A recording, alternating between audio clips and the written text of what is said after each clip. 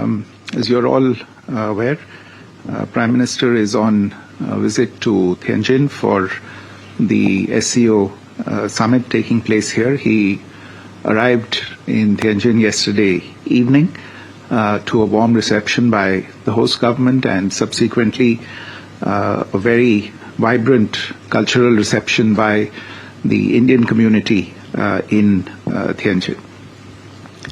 Prime Minister's first engagement this morning was a bilateral meeting with President Xi Jinping of the People's Republic of China. We released a statement on that meeting. You would be aware of the details. Let me just fill you in on a couple of aspects of the meeting. As you're aware, this is the second meeting between the two leaders in the space of less than a year. There was their last meeting was in Kazan in October last year, where they had laid down certain strategic guidelines for the development of bilateral relations and set out certain goals to be achieved by the two sides. In their meeting this morning, both the leaders were happy to note the progress that had been registered, the actions that had been taken since the meeting in Kazan, and the momentum that had been maintained in bilateral relations since that meeting, especially in the domain of people-to-people relations. This morning, the leaders shared with each other their perspectives for longer-term growth and development of the two countries. They spoke about their respective understanding of principles for bilateral relations, which it is expected will help guide the future work of the two sides as we work on other aspects of the relationship. For instance, they both agreed that the two countries were primarily focused on their domestic development goals, and in this they were partners rather than rivals.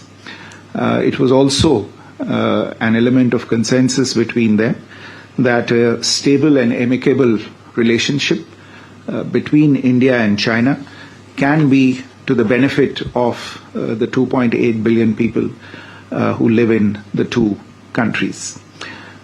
The common interests of the two countries outweigh their differences, and the two leaders also shared a consensus on the fact that differences should not be allowed to be turned into disputes.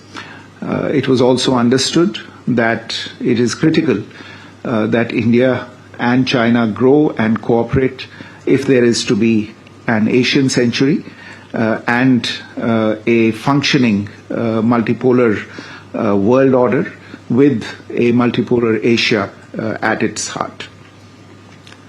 President Xi made four suggestions to further upgrade bilateral relations, namely to strengthen strategic communication and deepen mutual trust, to expand exchanges and cooperation to achieve mutual benefit and win-win results, to accommodate each other's concerns, and finally to strengthen multilateral cooperation to safeguard common interests. And all of these were responded to positively by Prime Minister Modi. The boundary issue also figured in the discussions. Both leaders took note of the successful disengagement last year and the maintenance of peace and tranquility in the border regions since then. In voicing certain principles related to this issue, the Prime Minister underlined the need for peace and tranquility on the border areas for continued and smooth development of bilateral relations. And there was understanding on the need to maintain peace on the borders using the existing mechanisms and avoid disturbances to the overall relationship going forward. At this point, I want to highlight or draw your attention to the outcomes of the 24th round of talks between the special representatives of India and China on the boundary question, which was held in New Delhi less than 2 weeks ago. In their meeting today, both the leaders positively appraised these outcomes and decisions from that round of talks. They encouraged the efforts of the SRs and agreed to accelerate the implementation of the outcomes and the understandings that have been reached between the SRs. They also expressed a commitment to a fair, reasonable and mutually acceptable resolution of the boundary question, proceeding from the political perspective of their overall bilateral relations and in the long-term interests of the two peoples. Amongst other issues, the two leaders also exchanged views on ways to increase and balance bilateral trade, strengthen people-to-people ties, cooperate on trans-border rivers, and jointly fight terrorism. There was a desire to make additional progress on all of these issues on the basis of mutual respect, mutual interests, and mutual sensitivity. In particular, on economic and trade relations, there was recognition of the role that the Indian and the Chinese economies can play in stabilizing world trade. Both leaders underlined the need once again to proceed from a political and strategic direction to reduce their bilateral trade deficit, facilitate bilateral trade and investment ties in both directions, and increase policy transparency and predictability. There was also a discussion on regional and global issues and challenges, including with regard to multilateral platforms. Prime Minister expressed support for China's ongoing presidency of the SCO and the summit in Tianjin. He also invited President Xi to the BRICS summit that India will be hosting in 2026. President Xi thanked Prime Minister for the invitation and offered China's full support to India's BRICS presidency. In addition, following this meeting, Prime Minister had a separate meeting with His Excellency Mr. Tai Chi, who's a member of the Standing Committee of the Politburo of the Communist Party of China. As you are probably aware, Mr. Tai also holds several important positions in the party. There was originally a proposal from the Chinese side for Mr. Tai to host a banquet for the Prime Minister on behalf of President Xi Jinping. This was meant as a special gesture to show the importance attached by China to the visit of the Prime Minister, which was taking place after a hiatus of nearly 7 years. However, as there was a scheduling conflict, it was decided to have a brief meeting between Prime Minister and Mr. Tai. During the meeting, the Prime Minister shared his overall vision for the India-China relationship with Mr. Tai and sought his involvement and his role to realize the consensus of the two leaders. Mr. Tai, for his part, reiterated the Chinese side's desire to expand bilateral exchanges in various fields to address our respective concerns in economic areas and to further improve relations in line with the consensus that had been reached between the Prime Minister and the President in their meeting earlier in the morning. Slightly earlier this evening, the Prime Minister also had a bilateral meeting with Senior General Minong Lang, Chairman of the State Security and Peace Commission of Myanmar. The two leaders recalled their earlier meeting on the sidelines of the BIMSTEC summit in Thailand earlier this year and reviewed their current state of bilateral ties. Prime Minister noted that India attaches great importance to its relations with Myanmar under its Neighbourhood First and Act East policies. He underlined the importance of the development partnership between the two countries and sought Senior General Min Aung Hlaing's support for the ongoing connectivity projects between India and Myanmar. There was also a discussion on the security and border issues. Prime Minister welcomed the announcement of elections in Myanmar and stated that dialogue was the only way forward to foster peace and stability in Myanmar.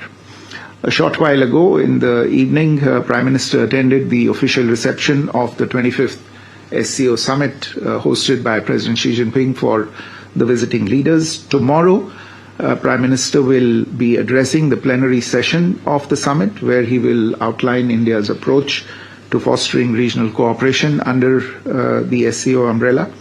After this engagement, he is scheduled to have a bilateral meeting with President Vladimir Putin of Russia, following which he will depart for India. Let me stop here, and I think we have time for a few questions. Thank you. Okay. So we go from Manish, please. Foreign Secretary Manish Chand, India Rights Network. My question is about, the ballooning trade deficit, which is close to $100 billion. You spoke about having a balanced economic relationship. What concrete measures, steps were unveiled? Was there any pledge by the Chinese side to step up investment in India? And my second question is that was there any progress on de-escalation if the issue was discussed? And what is the way forward from SR talks? Thank you. Sudhir.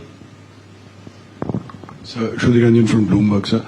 On the border talks, you did mention about the SR level talks. How does it go forward from here? In particular, the issue of delimitation that has been mentioned in the last joint statement. Uma. Umashankar, independent journalist. Umashankar Singh, independent journalist. मेरा सवाल ये है कि चीन की तरफ से जो बयान जारी किया गया है उसमें राष्ट्रपति शी के हवाले से कहा गया है कि उन्होंने प्रधानमंत्री मोदी से ये कहा, और मैं कोट कर रहा हूं, कि हमें सीमावर्ती क्षेत्रों में शांति और सौहार्द बनाए रखने के लिए मिलकर काम करना चाहिए और सीमा मुद्दे को समग्र चीन भारत संबंधों को परिभाषित नहीं करने देना चाहिए। सवाल ये है कि भारत क्या चीन के इस रुख से जो सहमत है, क्योंकि भारत पहले से कहता रहा है कि 2020 अप्रैल के पहले की यथास्थिति जो है वो पहली शर्त है दोनों देशों के बीच संबंधों को सामान्य करने की। Siddhant.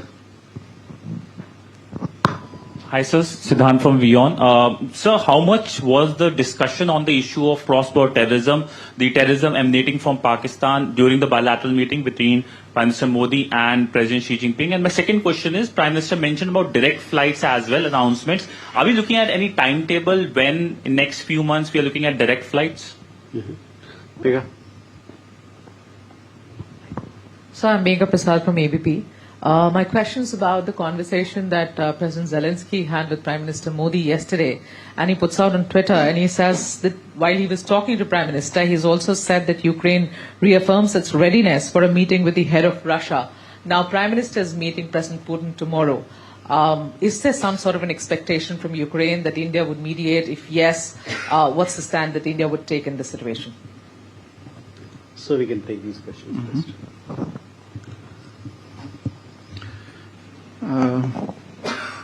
So Manish, to your question on the deficit, yes, it is a fact that there is a large and ongoing trade deficit between India and China.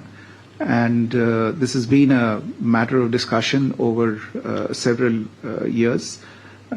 In the current context as well, in fact, this is a discussion that started even when Foreign Minister Wang Yi was in Delhi and meeting with External Affairs Minister Dr. Jaishankar. The issue was raised there as well by us. I would go back to the point that I mentioned in my briefing, which was essentially what the Prime Minister shared with President Xi Jinping today, that it is important also to look at the issue of trade and trade deficit from the broad strategic direction and engagement between the two countries, growing trade between the two countries, and narrowing of the deficit will contribute to a change in perception in the relationship as well. But this is a discussion that is going on at many levels. It's between governments, between businesses, between entities that are involved in the trade, and we will have to see how it evolves going forward. On your question related to de-escalation, I would refer you to the detailed outcome document that was put out after the talks between the SRs. This is a discussion that will go forward in the designated mechanisms between the two sides dealing with these issues. Shruti, this more or less the same goes for your question on how the border talks go forward. You would have again seen the statement that we put out after the SR's talks. You're aware that dedicated mechanisms have been created for taking these talks forward.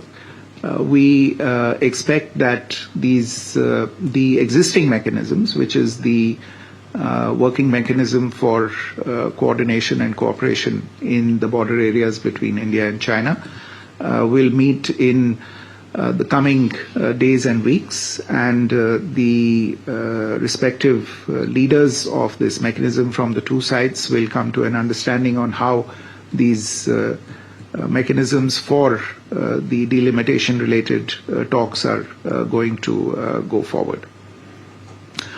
Uma, आपका जो प्रश्न था कि जो राष्ट्रपति she ने कहा है बाउंड्री इश्यूज और द्विपक्षीय संबंधों के बारे में, देखिए मैं सिर्फ इतना कहूंगा कि हम शुरू से मानते आए हैं और अलग अलग स्तर पे हम ये साफ कहते आ रहे हैं कि बाउंड्री पे जो स्थिति होगी वो स्थिति हम उसका जो एक तरह से असर है वो द्विपक्षीय रिश्तों में किसी न किसी तरह देखेंगे, और इसी वजह से सबसे जो एक तरह से इंश्योरेंस पॉलिसी है द्विपक्षीय संबंधों के लिए वो बाउंड्री पे पीस और ट्रैंक्विलिटी मेंटेन करना है. तो ये बात आज बड़े स्पष्ट तरीके से प्रधानमंत्री जी ने भी राष्ट्रपति शी के सामने रखी और हम इसे मान के चलते हैं. Siddhant, on your questions, see, cross-border terrorism was mentioned by the Prime Minister as a priority, and I would add that he did underline the fact that this is something that impacts both India and China, and that it's important, therefore, that we extend understanding and extend support to each other as both of us combat cross-border terrorism. And I would, in fact, like to say that we have received the understanding and cooperation of China as we have dealt with the issue of cross-border terrorism in the context of the ongoing SCO summit. To your question on direct flights, this is something on which the two sides have been engaged quite intensely in recent weeks and months, following the direction and the understanding between the two sides at a higher level earlier this year that this is one of the areas in which we should move forward. Since then, a number of rounds of technical level talks have been held. If I'm not mistaken, there was a civil aviation delegation from India in Beijing earlier this week for further discussions.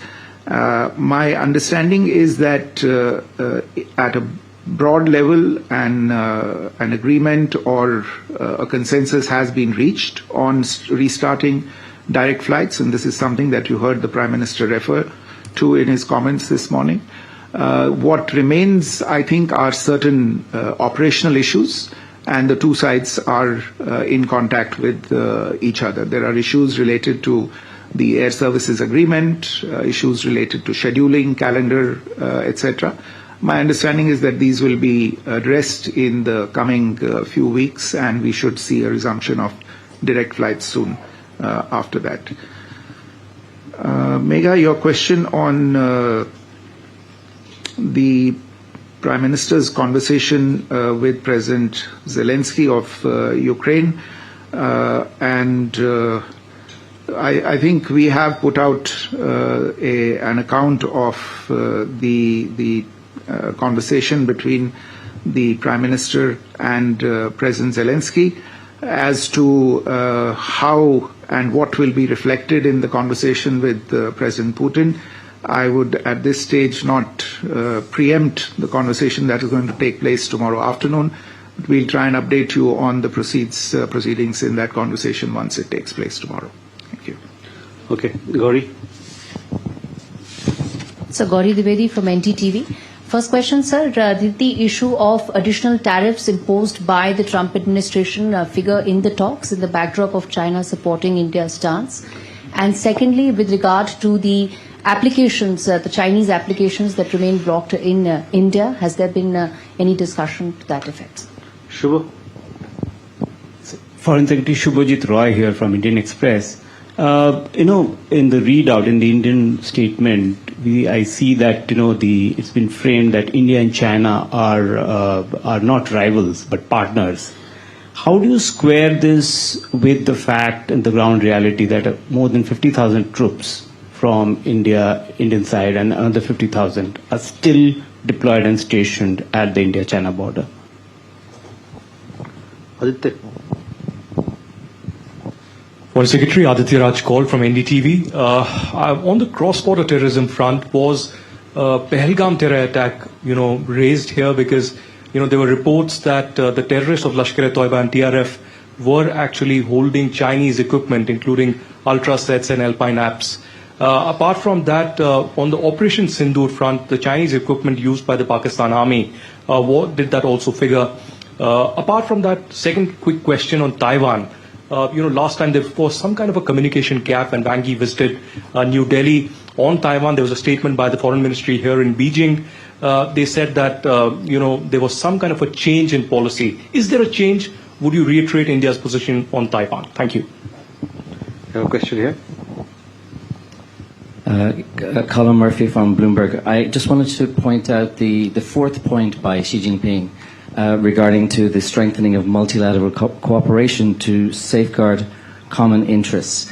Can I ask from the Indian perspective what perhaps might be those multilateral organizations that you might be working through, and in particular, what are those common interests? Do they include trade, tariffs, for example? So can you give a little bit more specifics on this point? What's the Indian perspective on President Xi's point? Thank you. Please. Yeah. Sir मैं अरुण हूँ दूरदर्शन से. Sir इससे SCO summit के अंदर prime minister Modi का कल participation रहेगा, तो किस तरह से बेसिकली इंडिया अप्रोच करेगा एससीओ समिट को इस बार? क्रॉस बॉर्डर टेररिज्म, आतंकवाद जैसे मुद्दे, टेरर फाइनेंसिंग जैसे मुद्दे कई मल्टीलैटरल प्लेटफॉर्म पहले भी रेज हो चुके हैं, लेकिन कल जब प्राइम मिनिस्टर मोदी होंगे और इंडिया किस तरह से एससीओ समिट को अप्रोच करेगा sir? Okay. On the question related to Gauri's question on tariffs, etc. Look, what I'll say is that the two leaders discussed the international economic situation. They recognize the challenges that flow as a result of what we see happening around us. And the focus of the discussion, I would say, remained in the bilateral domain. Of course, they recognize as I said, they recognize what's happening on the international plane and the challenges it creates, but they tried to, in a sense, see how to leverage that for building greater understanding between themselves, and how to, in a sense, take forward the economic and commercial relationship between India and China in the midst of these evolving challenges. As to your question about the Chinese applications, I don't have any update for you on this at the moment. Perhaps you could refer to the Ministry of Electronics and Information Technology in India for this.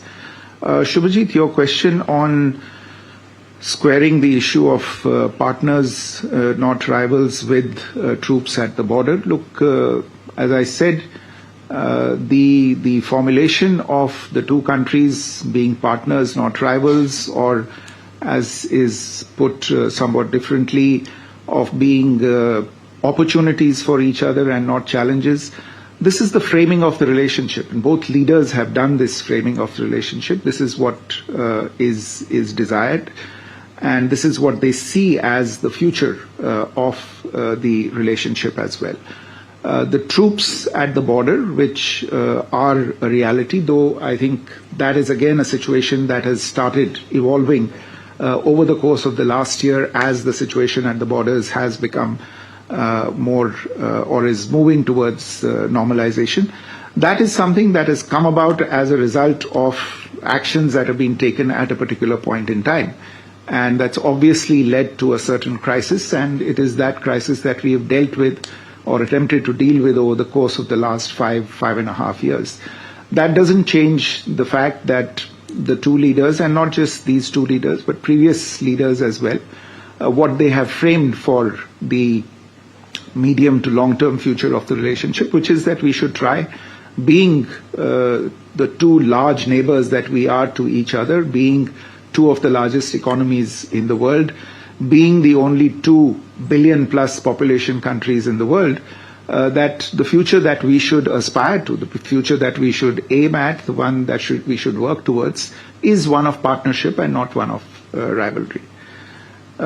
Aditya, on your questions related to cross-border terrorism, look, all I'll say is that without going into the specifics, that the issue was discussed. It was raised by the Prime Minister, and he outlined his understanding very, very crisply and very specifically on this issue. As I said, he outlined the fact that this is a scourge that both China and India have been victims of, and India is still combating this menace. And he asked for China's support on this particular issue. And as I said, the Chinese have extended their support in various ways on addressing this issue. As to your question on Taiwan, the answer is quite simple. There is no change in India's position on Taiwan.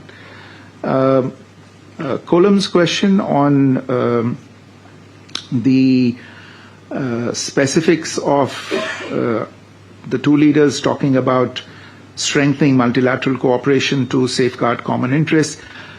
Well, essentially, it's to, if you look at what's happening in the space of global trade, for instance, or multilateral finance, for instance, the understanding really is to do with addressing the deficit in global governance in these institutions that look after world trade or the multilateral financial architecture. Obviously, there is a deficit in how the WTO is working, for instance. There is even a deficit in how the United Nations is working at this point in time. These are obviously common interests for two countries such as India and China that are large actors on the international commercial, economic and financial stage, and therefore it is obvious for them to have a certain amount of understanding in strengthening these institutions that were originally tasked with looking at these issues.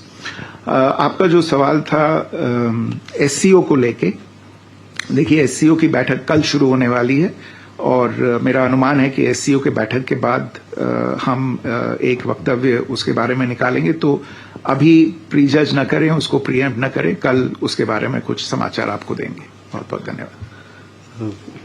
Thank you, sir. With that, ladies and gentlemen, we come to the close of this press briefing. We shall keep you updated with